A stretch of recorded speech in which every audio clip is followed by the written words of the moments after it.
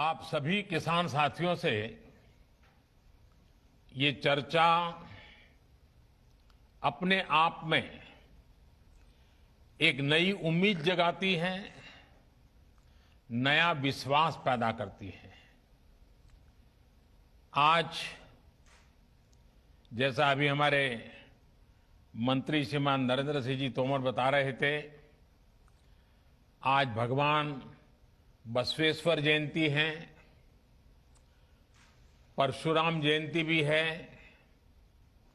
आज अक्षय तृतीया का भी पावन पर्व है और मेरी तरफ से देशवासियों को ईद की भी मुबारक। कोरोना के इस समय में समस्त देशवासियों का हौसला बढ़े,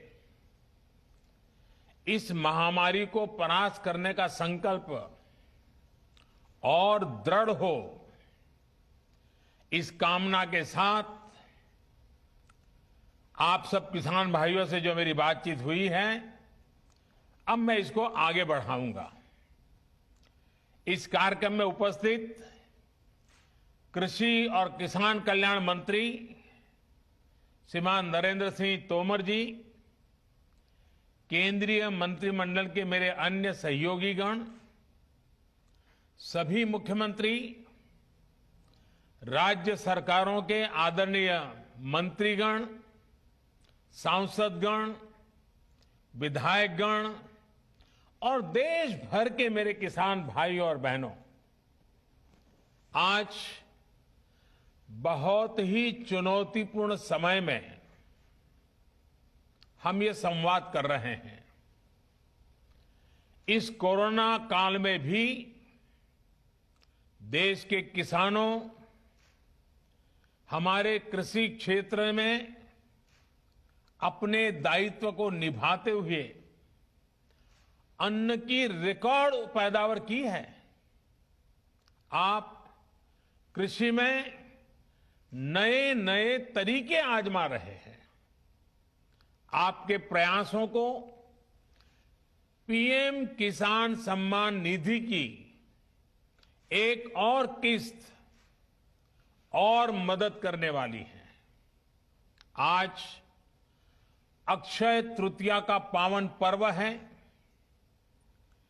कृषि के नए चक्र की शुरुआत का समय है और आज ही करीब 19,000 करोड़ रुपए किसानों के बैंक खातों में सीधे ट्रांसफर किए गए हैं।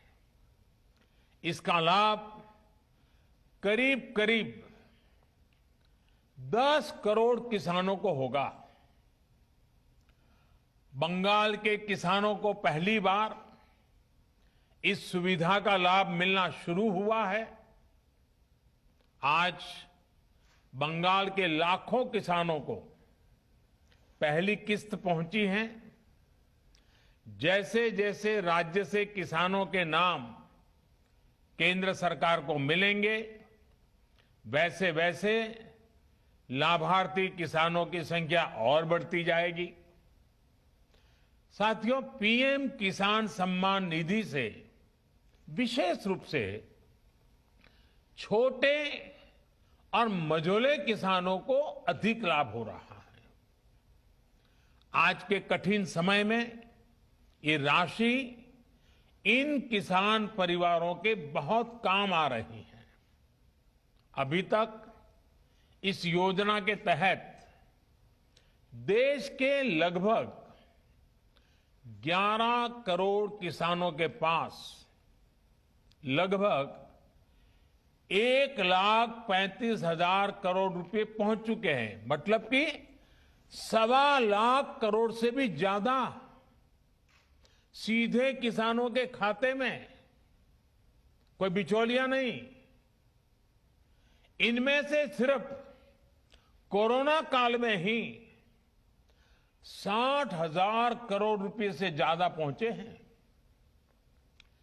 जरूरत के समय देशवासियों तक सीधी मदद पहुंचे, तेजी से पहुंचे, जिसको जरूरत है उस तक पूरी पारदर्शिता के साथ पहुंचे, यही सरकार का निरंतर प्रयास है। भाई और बहनों, तेजी से सीधे किसानों तक लाभ पहुंचाने का यह काम उपज की सरकारी खरीद में भी बहुत व्यापक स्केल पर किया जा रहा है। कोरोना की मुश्किल चुनौतियों के बीच जहां किसानों ने कृषि और बागवानी में रिकॉर्ड उत्पादन किया है, वहीं सरकार भी हर साल एमएसपी पर खरीद के नए नए रिकॉर्ड बना रही है। पहले धान की और अब गेहूं की भी रिकॉर्ड खरीदी हो रही है। इस वर्ष अभी तक बीते वर्ष की तुलना में लगभग 10% अधिक गेहूं एमएसपी पर खरीदा जा चुका है। अभी तक गेहूं की खरीद का लगभग 58,000 करोड़ रुपए 58,000 करोड़ रुपए सीधे किसानों के खाते में पहुंच चुका है। सबसे बड़ी बात ये कि अब किसान जो उपज मंडी में बेच रहा है, उसको अब अपने पैसे के लिए लंबा इंतजार नहीं करना पड़ता, परेशान नहीं होना पड़ता। किसान के हक का पैसा सीधा उसके बैंक खाते में जमा हो रहा है। मुझे संतोष है कि पंजाब और हरियाणा के लाखों किसान पहली बार डायरेक्ट ट्रांसफर की इस सुविधा से जुड़े हैं। अभी तक पंजाब के किसानों के बैंक खाते में करीब 18,000 करोड़ रुपए और हरियाणा के किसानों के बैंक खाते में 9,000 करोड़ रुपए सीधे उनके बैंक अकाउंट में जमा हो चुके हैं। अपना पूरा पैसा अपने बैंक खाते में पाने का संतोष क्या होता है, ये पंजाब और हरियाणा के किसान भी अनुभव भी कर रहे हैं और मुखर होकर बोल भी रहे हैं। मैं सोशल मीडिया में इतने वीडियो देखे हैं किसानों के, खास करके पंजाब के किसानों के, कि इस प्रकार से उनको पैसा पहुंच जाना और वो भी पूरा पूरा पैसा पहुंच जाना, उसका संतोष इतने उमंग के साथ वो बता रहे हैं। साथियों, खेती में नए समाधान, नए विकल्प देने के लिए सरकार निरंतर प्रयास कर रही है। जैविक खेती को बढ़ावा देना ऐसा ही प्रयास है।